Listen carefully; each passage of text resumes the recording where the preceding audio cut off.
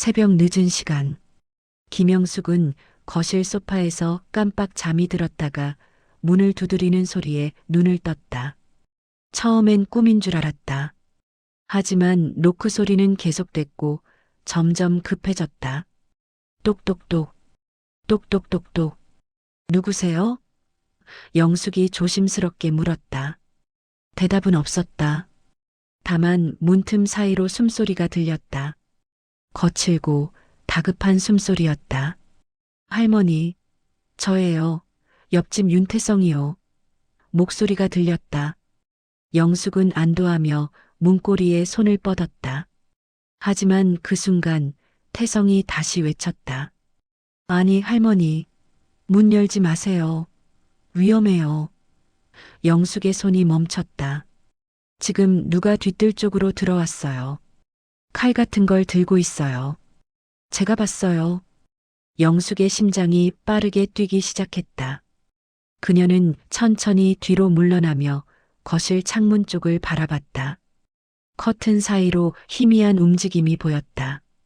누군가 정말 거기 있었다. 할머니, 지금 112에 신고했어요. 경찰이 오고 있으니까 절대 문 열지 마세요. 제가 여기서 지키고 있을게요. 태성의 목소리는 떨렸지만 단호했다. 영숙은 숨을 죽였다. 뒷마당에서 개가 미친 듯이 짖어댔다. 그 소리는 평소와 달랐다. 공포에 질린 경고의 소리였다. 그녀는 천천히 부엌 쪽으로 이동했다. 창문 너머로 손전등 불빛이 보였다. 누군가 서랍을 뒤지고 있었다. 뭘 찾는 거지? 영숙은 중얼거렸다. 돈? 아니면 귀중품? 하지만 이 집엔 그런 게 없었다. 남편이 세상을 떠난 지 이틀밖에 안 됐고 장례식도 겨우 끝났다. 그때 갑자기 개 짖는 소리가 멈췄다. 그리고 뒷문이 삐걱하고 열리는 소리가 들렸다. 영숙의 등에 식은땀이 흘렀다. 침입자가 안으로 들어오고 있었다. 할머니, 태성이 문 너머에서 다시 외쳤다. 경찰 곧 와요.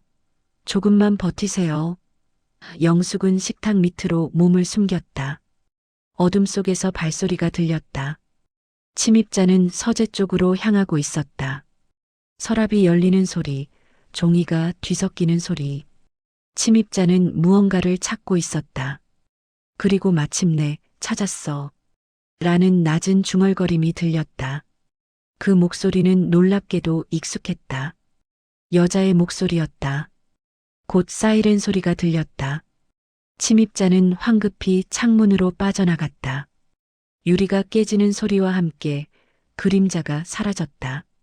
경찰이 도착했을 때 영숙은 여전히 식탁 밑에 웅크리고 있었다. 태성이 달려들어와 그녀를 부축했다. 할머니, 괜찮으세요?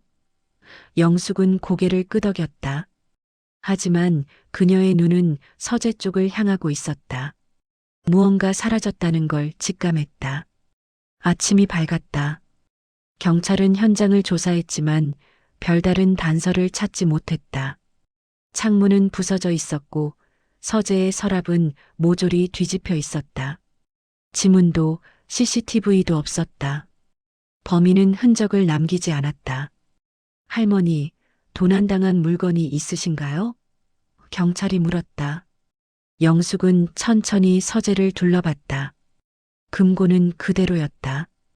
현금도 귀금속도 손대지 않았다.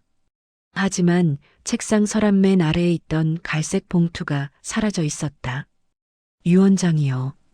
영숙이 조용히 말했다. 남편의 유언장이 없어졌어요. 경찰은 고개를 갸우뚱했다. 유언장을 훔쳐간다고요? 왜요? 영숙은 대답하지 않았다. 하지만 그녀는 알고 있었다. 이틀 전 남편이 세상을 떠나기 전 그는 그녀에게만 유언장의 내용을 알려줬다. 모든 재산을 장학재단 설립에 쓰라는 것이었다. 아들에게도 며느리에게도 한 푼 남기지 말라고. 오후 아들 도연이 집에 찾아왔다. 어머니, 괜찮으세요? 들었어요. 도둑이 들었다면서요? 그는 걱정스러운 얼굴을 했지만 영숙은 그 눈빛이 어딘가 불안해 보인다는 걸 알아챘다. 유 원장이 없어졌어. 영숙이 말했다. 도연의 얼굴이 굳었다. 유 원장이요? 그게 왜요? 그는 당황한 듯 했다. 영숙은 그를 가만히 바라봤다. 너도 알고 있었니? 아버지가 재산을 어떻게 처리하려고 했는지. 도연은 시선을 피했다. 아니요. 잘 모르겠는데요. 그날 밤 며느리 정미선이 찾아왔다. 어머님 정말 놀라셨죠? 이런 시골 동네에도 도둑이 들다니. 그녀는 영숙의 손을 잡았지만 그 손은 차가웠다. 미선아, 혹시 내가 유 원장에 대해 뭔가 알고 있니? 영숙이 물었다. 미선의 표정이 순간 굳었다가 이내 웃음을 지었다. 무슨 말씀이세요? 저는 아무것도 모르는데요. 하지만 영숙은 그녀의 눈빛에서 거짓을 읽었다. 미선은 뭔가 숨기고 있었다. 그리고 영숙은 확신했다. 이 사건은 단순한 절도가 아니었다. 이건 가족 내부의 범행이었다. 다음 날 아침 영숙은 옆집 윤태성을 찾아갔다. 태성아, 어제 정말 고마웠어. 내가 아니었으면 큰일 날 뻔했어. 태성은 고개를 저었다. 당연한 일 했어요, 할머니. 그런데 말이야. 영숙이 조심스럽게 물었다. 혹시 그날 밤 침입자의 목소리를 들었니? 태성은 잠시 생각하더니 고개를 끄덕였다. 네, 들었어요. 그런데 이상했어요. 그 목소리, 어디선가 들어본 것 같았어요. 영숙의 눈빛이 날카로워졌다. 누구였는지 기억나니? 태성은 망설이다가 말했다. 확실하진 않지만 며느님 목소리 같았어요. 사흘 후 윤태성이 작은 USB를 들고 영숙을 찾아왔다. 그의 얼굴은 긴장되어 있었다. 할머니, 이거 들어보세요. 그는 노트북을 켜고 파일을 재생했다. 처음엔 잡음만 들렸다. 하지만 곧 선명한 여자 목소리가 흘러나왔다. 정미선의 목소리였다. 그 유언장만 없으면 시댁 재산은 전부 우리 거야. 장학재단? 말도 안 돼. 우리가 얼마나 고생했는데. 다른 남자 목소리가 대답했다. 그래도 위험하지 않아? 법적으로 문제되면 어쩌려고? 괜찮아. 유언장만 없애면 상속은 자동으로 법정 상속인한테 가. 그게 우리야. 시어머니는 아무것도 모르고 계셔. 미선의 목소리는 차갑고 계산적이었다. 영숙의 손이 떨렸다. 태성이 조심스럽게 물었다. 할머니, 괜찮으세요? 영숙은 고개를 끄덕였지만 그녀의 눈에는 분노가 타오르고 있었다. 이거 어디서 녹음한 거니? 영숙이 물었다. 태성은 대답했다. 그날 밤이요. 제가 112에 신고하고 밖에서 기다리고 있을 때 누가 전화 통화하는 소리가 들렸어요. 그래서 휴대폰으로 녹음했어요. 혹시 몰라서요. 영숙은 파일을 다시 재생했다. 이번엔 더 자세히 들었다. 미선은 계획을 구체적으로 이야기하고 있었다. 침입 흔적을 남기고 유언장만 가져오는 거야.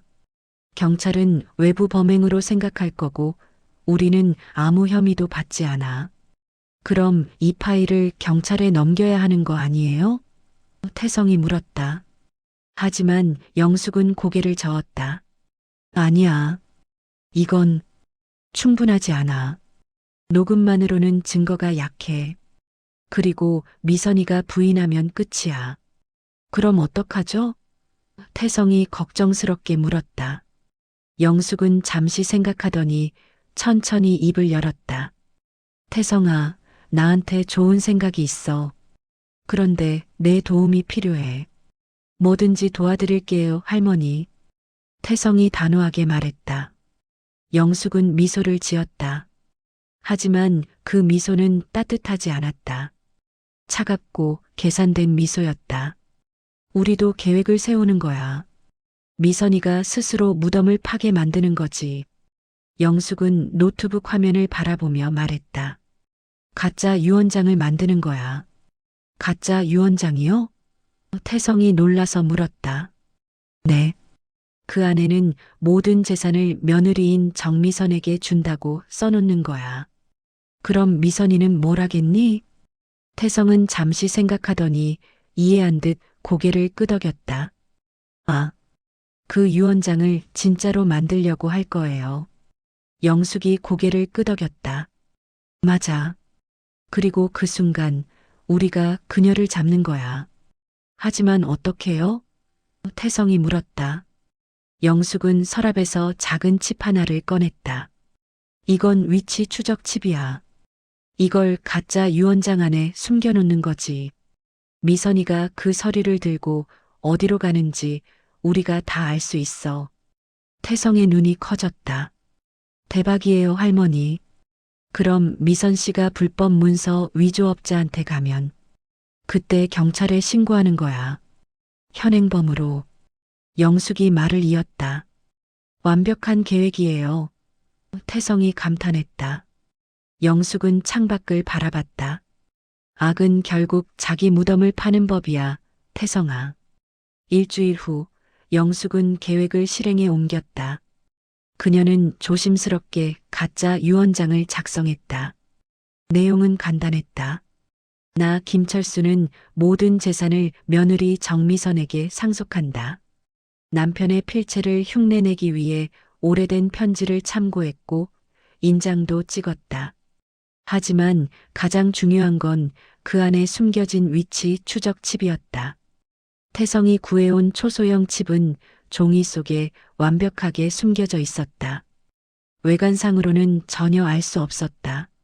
할머니, 이제 어떻게 하죠? 태성이 물었다. 미선이한테 이걸 어떻게 건네줘요? 영숙은 미소를 지었다. 건네주지 않아. 그녀가 스스로 찾게 만드는 거지.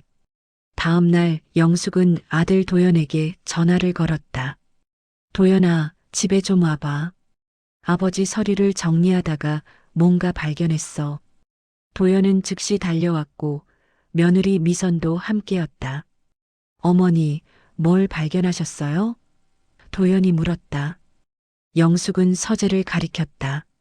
아버지가 숨겨둔 서류가 있더라. 근데 내가 나이가 들어서 그런지 잘 읽히지가 않네. 너희가 좀 봐줘. 미선의 눈이 반짝였다. 그녀는 재빨리 서재로 향했다. 서랍을 열자 그곳에 갈색 봉투가 있었다. 미선은 조심스럽게 봉투를 열었다. 그 안에는 유언장이 들어 있었다. 그녀는 재빨리 내용을 훑어봤다. 모든 재산을 며느리 정미선에게. 그 순간 그녀의 얼굴이 환하게 밝아졌다. 하지만 이내 의심스러운 표정을 지었다. 이게 진짜예요? 영숙은 태연하게 대답했다. 응, 아버지가 마지막에 쓴 것 같더라. 도둑이 가져간 게 다른 서류였나 봐. 미선은 유언장을 꼭 쥐었다. 어머니, 이거 제가 보관해도 될까요? 법무사한테 확인받아야 할 것 같아서요. 그래, 가져가.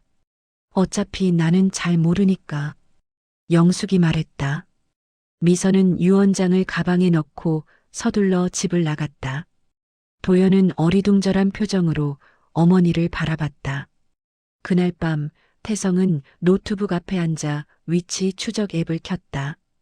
빨간 점이 움직이고 있었다. 할머니, 미선 씨가 움직이고 있어요. 영숙이 다가와 화면을 봤다. 어디로 가고 있니? 시내 쪽이요. 아, 멈췄어요. 위치는 법무사 사무실이 아니라 태성이 주소를 확인했다. 이건 불법 문서 위조업자로 유명한 곳이에요. 영숙의 눈빛이 차갑게 빛났다. 좋아. 바로 지금이야. 경찰에 신고해. 태성은 즉시 112에 전화를 걸었다. 여보세요, 신고하려고요. 지금 불법 문서 위조 현장에 범인이 있어요. 30분 후 뉴스 속보가 떴다. 유언장 위조 혐의로 여성 현행범 체포. 화면 속에는 수갑을 찬 정미선이 비춰졌다. 그녀의 얼굴은 창백했고 눈물을 흘리고 있었다. 영숙은 TV를 끄고 창밖을 바라봤다. 이제 끝났구나. 며칠 뒤 정숙은 조용히 세상을 떠났다. 심장마비였다. 그녀는 민호에게 마지막 말을 남기지 않았다. 다만 베개 밑에서 발견된 낡은 일기장 하나가 전부였다. 그 안에는 1989년 그녀가 결정을 내렸던 그날의 기록이 있었다. 오늘 나는 아이를 바꿨다. 남편의 외도로 태어난 그 아이를 내 아들로 키우기로 했다. 그 여자는 병원 복도에서 무릎 꿇고 빌었다. 제발 이 아이만은 제대로 된 가정에서 자라게 해달라고. 나는 그녀를 미워했지만 동시에 불쌍했다. 그래서 내 아이를 그녀에게 주고 그녀의 아이를 데려왔다. 하지만 그 결정은 평생 나를 괴롭혔다.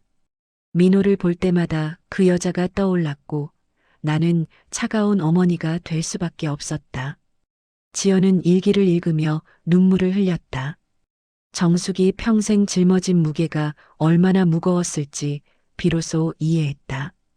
그녀는 가해자이면서 동시에 피해자였다. 장례식장은 텅 비어 있었다. 민호와 지연 단 두 사람만이 그곳에 있었다. 조문객도 없었고 꽃도 많지 않았다. 정숙은 평생 사람들과 거리를 두며 살았기 때문이다. 지연은 유골함 옆에 흰 백합 한 송이를 두었다. 어머니, 이제는 가족이란 이름으로 서로를 미워하지 않아도 돼요. 당신도 편히 쉬세요. 민호는 아무 말도 하지 못했다. 그저 어머니의 유골함을 바라보며 고개를 끄덕였다. 창밖으로 봄비가 내렸다. 그 빗소리는 마치 오래된 슬픔을 씻어내는 것 같았다. 장례를 마친 후 두 사람은 정숙의 방을 정리하기 시작했다. 그곳에서 또 다른 편지 봉투가 발견됐다. 수신인은 지연이었다. 지연아, 이 편지를 읽고 있다면 나는 이미 세상을 떠났겠지. 미안하다는 말을 평생 하지 못했다. 너를 미워한 건 내 잘못이 아니었어.